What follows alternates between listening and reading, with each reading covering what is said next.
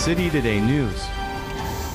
आरजीकर मामले के विरोध और दोषियों को फांसी की मांग को लेकर राज्य भर में तृणमूल छात्र परिषद की पहल पर विरोध आंदोलन और जगह जगह मार्च का आयोजन किया जा रहा है। शुक्रवार के दिन आसनसोल शहर के बीबी कॉलेज में भी ये आयोजन किया गया। बीबी कॉलेज के तृणमूल छात्र परिषद द्वारा भी विरोध मार्च और बैठकें आयोजित की जा रही है।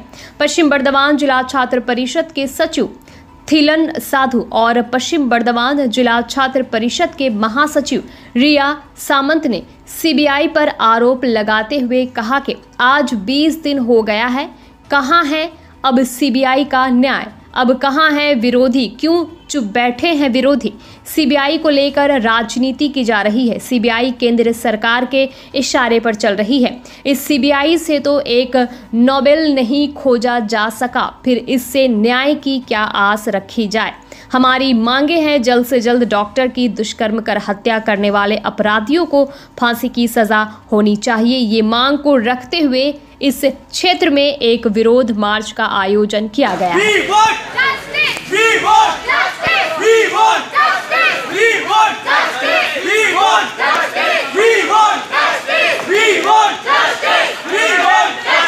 আপনারাও তো দেখতে পাচ্ছেন যে আজকে আমাদের ছাত্র সমাজ পথে নেমেছে।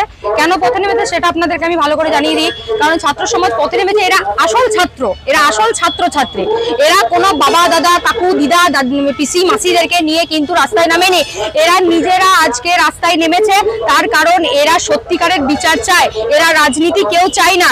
আজকে একটা মেয়ে, একটা ডাক্তার দিদির আজকে আব্রু নিয়ে, তার লজ্জা নিয়ে, তার মৃতদেহের ওপর যে নোংরা রাজনীতিটা করা হচ্ছে সেটা কি কোনোদিনই কাম্য ছিল? আমরা বিচার চেয়েছি, আমরা কিন্তু কোনো রকম ভাবে রাজনীতি চাইনি। আর দ্বিতীয় কথা হচ্ছে কেসটা এই মুহূর্তে সিবিআই এর হাতে। এই তো একটা ভাই বললো যারা নোবেল খুঁজে পায়নি তারা আবার কি বিচার দেবে। যাই হোক, তারা সেন্ট্রাল গভর্নমেন্ট অথরাইজ, তারা এখন লোকের ঘর থেকে টাকা খুঁজে বের করতে পারছেন, তারা অনেক কিছু আরো অনেক সাজানো ঘটনা করতেই পারছেন। তো তাহলে যারা আসল দোষী, যারা আসল কালপ্রিট, তাদেরকে এখন আজ 20 দিন হয়ে গেল, এখনো পর্যন্ত কেন তারা খুঁজে পাচ্ছেন না? তার জন্য আজকে ছাত্র সমাজ এখানে নেমেছে। আজকে আমরা মুখ্যমন্ত্রী আমাদেরকে নির্দেশ দিয়েছেন, তার জন্য আমরা রাস্তায় নেমেছি এবং আগামী দিনে যতদিন না পর্যন্ত ওই তিলোত্তমার বিচার পাচ্ছে ততদিন পর্যন্ত আমরা রাস্তায় নামবো। কিন্তু আমি একটা জিনিস দেখে অবাক হয়ে যাচ্ছি, এখানে কিছু কিছু মানে সকল নেতারা আর যারা যারা রয়েছে তারা সবাই আজকে বাইট দিচ্ছে বা পাবলিকালি মিটিং করে বেড়াচ্ছে বা পাবলিকালি বলে বেড়াচ্ছে যে আমরা বাংলার মধ্যে সেফ না। আমি একজন মেয়ে হয়ে বলছি, আমি আমার বাংলা, আমার পশ্চিমবঙ্গ, আমার বাংলার, আমি আসানসোলে থাকি, আমি এখানে নিজেকে যথেষ্টভাবে সেফ মনে করি। কারণ এখানে জানি আমার চারপাশে আমার যে ভাইয়েরা রয়েছে, তারা আমার প্রত্যেকে যে দাদারা রয়েছে, আমার বাবা কাকারা রয়েছে, তারা আমাকে এবং আমার সবথেকে সর্বোপরি কথা আমার মুখ্যমন্ত্রী, তিনি আমাকে আমার দায়িত্ব নিয়েছে, তিনি আমার দায়িত্ব নিয়েছেন বলে আজকে আমি সব মানে রাতে দিনে যখন খুশি যেখানে খুশি যেভাবে খুশি ঘুরে বেড়াতে পারছি। আমার বাক স্বাধীনতা আছে বলে আমি কথা বলতে পারছি। আজকে বাক স্বাধীনতা আছে, আজকে মেয়েদের পশ্চিমবাংলায় স্বতন্ত্রতা আছে বলেই আজকে তারা রাতের বেলায় রাত দখল করতে পারছে। আপনি আমাদের 28 আগস্ট তৃণমূল ছাত্র পরিষদের প্রতিষ্ঠা দিবসে মাননীয় মুখ্যমন্ত্রী মমতা বন্দ্যোপাধ্যায় পশ্চিমবঙ্গ তৃণমূল ছাত্র পরিষদকে নির্দেশ দিয়েছিলেন যে প্রত্যেকটা কলেজের গেটে আরজি করের ঘটনা নিয়ে আন্দোলন করতে। আরজি করে যে অত্যাচার হয়েছে, আমাদের দিদির ওপর যে অত্যাচার হয়েছে, তার প্রতিবাদে আজকে আমরা মিছিল বের করে পুরো আন্দোলনে বসেছি।